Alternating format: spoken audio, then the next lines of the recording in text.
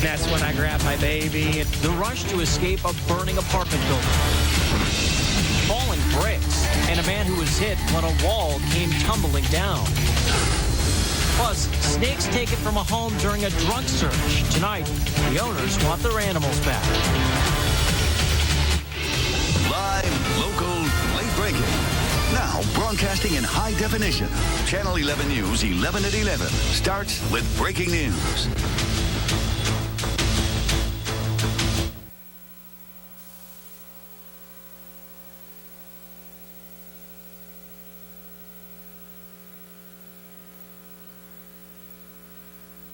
Tonight, we broke this story on WPXI.com where families are forced from their homes because of a landslide. This is happening in a neighborhood on Wood Street in Pitcairn. Tamika Artist is live to explain what's going on. Tamika? Well, Gordon, we can tell you that the area has been evacuated as a precaution. The landslide is threatening about a half dozen homes on Wood Street in Pitcairn. All of the people who live in these homes were sent packing earlier this evening. When firefighters arrived on the scene, they found downed trees, debris, and other evidence of movement along the hillside behind these houses. In fact, engineers believe the hill has moved about 100 feet just in the past 24 hours. Despite all of that, many residents tell me tonight that they didn't even realize there was any danger at all until Pitcairn firefighters knocked on their doors tonight and told them that they had to leave the area immediately. Now, they do believe this landslide will continue moving in the future, although they're not sure how far or for how long. So all of the residents here in the 500 block of Wood Street have been evacuated. They've all been given hotel vouchers courtesy of the Red Cross. At this point, there's no telling when or if they'll be able to return home safely. Reporting live tonight, this is Tamika Artist, Channel 11 News. Gordon?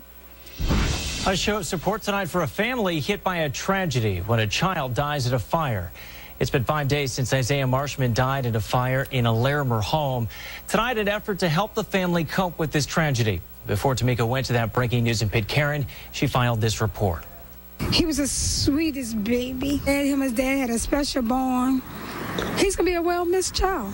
Jaquita Thomas is talking about her 6-year-old nephew, Isaiah Marshman, who died in a house fire in Larimer early Tuesday morning. For members of the family he left behind, the pain of his loss has been unbearable. Just trying to get through it. That's what we're doing, trying to get through it. This is, I can't deal with it right now. This is the second fatal fire on Winslow Street involving children in less than a year. During Isaiah's viewing, Costin Funeral Home passed out free smoke detectors and held a fire prevention workshop to teach kids what to do. It's very important that you teach a child to hit the floor and roll to cover up his face, that he can make it out. And the community is really coming together to help support the family. The New Style Riders, a biking organization, is holding this benefits dinner to help cover the cost of Isaiah's funeral and burial. It makes us feel good as a family to know that we have this type of support. I think that it would be more conducive if we can get this type of support before things like this happen. Through fundraisers like this one, along with educational demonstrations, Isaiah's loved ones are trying to spread the word about fire safety today so that precious lives will be saved tomorrow. And that was Tamika Artist with that story. Isaiah's 2-year-old sister was also injured in the fire. The family says she's doing well tonight in her recovery at Children's Hospital. Her feeding tube has been removed and she's been upgraded to stable condition. Meanwhile, funeral services for Isaiah Marshman will be held tomorrow at 11 a.m. That's at the Mount Ararat Baptist Church on Paulson Avenue in East Liberty. Family and friends will say goodbye to a grandfather killed in last week's house explosion. Funeral services will be held tomorrow for 64-year-old Richard Leith. Leith was babysitting his 4-year-old granddaughter, Gianna, Thursday when their home exploded. Gianna survived with burns and broken bones. An investigator with the National Transportation Safety Board says the gas line which caused the explosion was cracked. Fierce flames in the middle of the night forced several people out of a local apartment building. It took firefighters 2 hours to get control of the blaze early this morning in the Polish Hill section of Pittsburgh.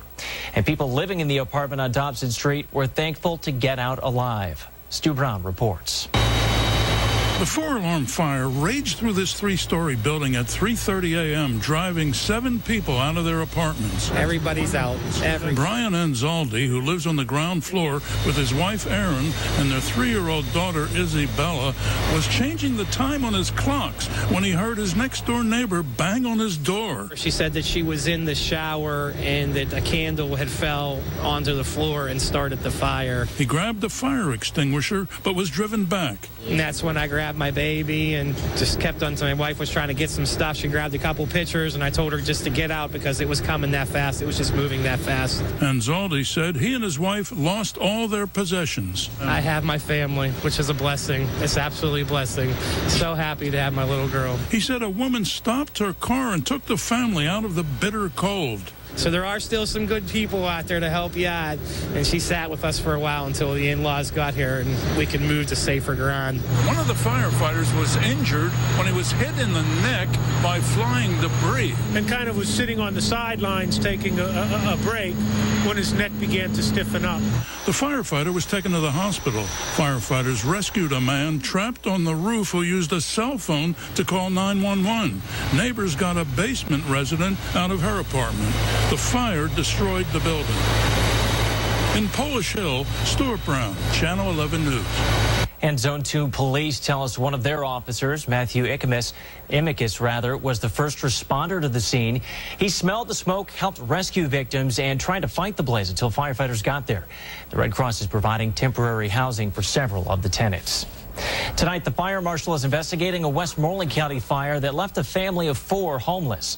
Charred remains are all that's left of this home on the 700 block of Point Street in Bell Township. Flames engulfed the home at about 10:45 this morning. The Red Cross is helping the family, which includes a newborn and a 5-year-old. No one was hurt. Part of a building collapses in Ambridge, sending a man to the hospital. Police say the side of a building on Duss Avenue collapsed just after 2:30 this afternoon. 46-year-old Mark Micheletti was helping friends move when he was hit by bricks from the building. A friend saw the accident and called for help. Emergency crews arrived and took Micheletti to Beaver Medical Center. We had just opened his car door, and when the building, several hundred bricks fell, and unfortunately he was standing right beneath all the bricks. There's quite a bit of damage on his vehicle too. All I see is one brick coming down, then all I see is other bricks coming down right on top of him. Micheletti was treated and released from the hospital. A Greensburg man has been charged with raping a 5-month-old girl. Police say Scott Smith allegedly had sexual contact with the infant on Friday morning at a home in Greensburg. The 18-year-old faces several charges, including aggravated assault and endangering the welfare of a child. Smith is being held in jail tonight in lieu of a $1 million bond. Deliberations will continue tomorrow in the civil lawsuit against 2 state troopers. Trooper Sam Nason and Juan Curry shot 12-year-old Michael Ellerby in the back on Christmas Eve 2002. Ellerby was running away from a stolen vehicle in Uniontown. The troopers testified they conducted a by-the-book felony traffic stop on Ellerby, but the prosecution argues that the state police covered up what they call a classic case of excessive force and are asking jurors to award Ellerby's family millions of dollars. Pittsburgh Steeler linebacker James Harrison is due in court this week on charges of assaulting his girlfriend. Police say the linebacker broke through a door after an argument with his girlfriend, broke her cell phone, and then slapped her. He's charged with simple assault and criminal mischief. Harrison's hearing is scheduled for Thursday morning. A hearing is set for Tuesday to determine if any Jeanette players, including Terrell Pryor, could miss the team's next PIAA playoff game. A fight between Jeanette and North Catholic players broke out after the game yesterday. The Whitfield is holding its hearing Tuesday afternoon. Jeanette's next game is Wednesday. Big changes officially announced today for several Catholic schools in the Pittsburgh Diocese. 2 are closing and 2 are merging. First, the closures. Transfiguration in Russellton and St. Michael Parish in Elizabeth are closing because of falling enrollment. And Bishop David Zubik accepted the recommendation for the merger between St. Germain in Bethel Park and Nativity School in South Park. The new school will be located at St. Germain and will be renamed St. Catherine Drexel. St. Valentine School in Bethel Park was originally part of those merger talks, but is now staying open on its own. Good evening. This is Kevin Benson here in Severe Weather Center 11, where the temperature is 26. We had plenty of sunshine today, but we didn't go too far with the numbers. Only about 30 degrees for the maximum temperature. In fact, that was our high today, 30, so we didn't even break freezing. It is now clear to becoming partly cloudy, and it's 26. These are numbers you'll wake up to tomorrow morning. Southern counties right around 20, as you can see. Westview and Stallstown, 21. Morgantown, 24. But north, you can see up toward Reynoldsville and Phillipston there, the temperature will be in the teens. And keep in mind, there's still a lot of snow in the ground up there north, too, so that's going to help keep it cold. You see that action just coming at us out of Ohio? That's another weak clipper that is going to roll through the area, and it's probably going to mean at least a little bit of light snow or rain coming up here tomorrow. I think the morning drive will be dry, though, with just a cloudy sky and 20. Now, stick around here. We'll talk a little bit more about what you can expect as this clipper rolls through the area, and we'll talk a little bit about that light rain and snow, and we'll have the 5-day forecast for you, too, coming up just ahead from Severe Weather Center 11. Today, all three major party candidates in the presidential race took another day off the campaign trail. Republican John McCain and Democrats Hillary Clinton and Barack Obama had no scheduled campaign events. Yesterday, Obama won the Wyoming caucus and picked up 2 more delegates than Clinton. Meanwhile, former President Bill Clinton will be in our area on Tuesday. He'll be campaigning in advance of the Pennsylvania primary for his wife, Hillary.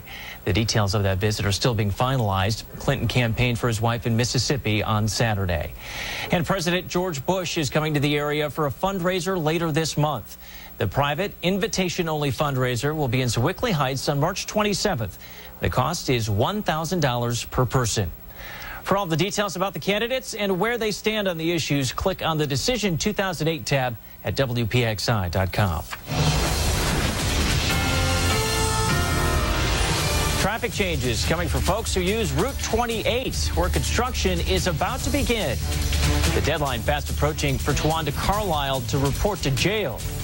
A drug search ends with dozens of animals removed from a local home, including snakes. Hear from the owners next.